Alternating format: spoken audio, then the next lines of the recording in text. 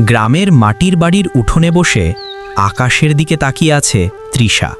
তার চোখে এক ধরনের স্বপ্ন জ্বলজ্বল করছে। আকাশের তারা গুনতে গুনতে সে ভাবে, আমার অপেক্ষার শেষ কোথায়? তৃষার ছোটবেলা কেটেছে দারিদ্র্যের সাথে লড়াই করে।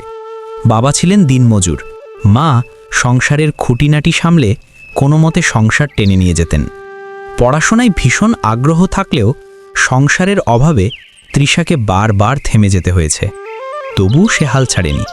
বইয়ের প্রতি ভালোবাসা তাকে বারবার এগিয়ে যেতে শিখিয়েছে। শহরে গিয়ে পড়াশোনার স্বপ্ন তৃষার কাছে অসম্ভব মনে হতো। কিন্তু একদিন গ্রামের স্কুলে নতুন শিক্ষক রিয়াজ আসেন।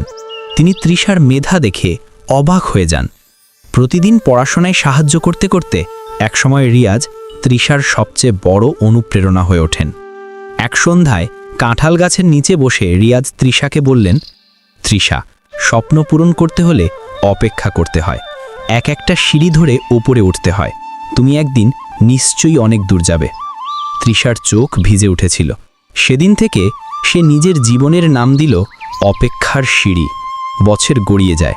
তৃষা শহরে গিয়ে কলেজে ভর্তি হয়। পথটা সহজ ছিল না। অভাব, কষ্ট, মানুষের উপহাস সব কিছুই তাকে বারবার ভেঙে দিতে চেয়েছে। কিন্তু রিয়াজ স্যারের কথা মনে করে সে দাঁতে দাঁত চেপে লড়াই চালিয়ে গেছে। একদিন বিশ্ববিদ্যালয়ে ভর্তি হওয়ার চিঠি হাতে পেয়ে তৃষার চোখে জল এসে যায়। মায়ের কষ্ট, বাবার ঘাম আর নিজের লড়াই সব কিছুর মিশ্রণে সেই মুহূর্ত যেন অমূল্য।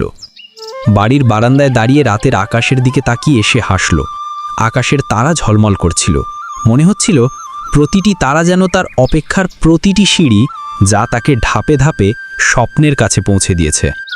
জীবনে বড় স্বপ্ন পূরণ করতে ধৈর্য আর অপেক্ষা সবচেয়ে বড় শক্তি।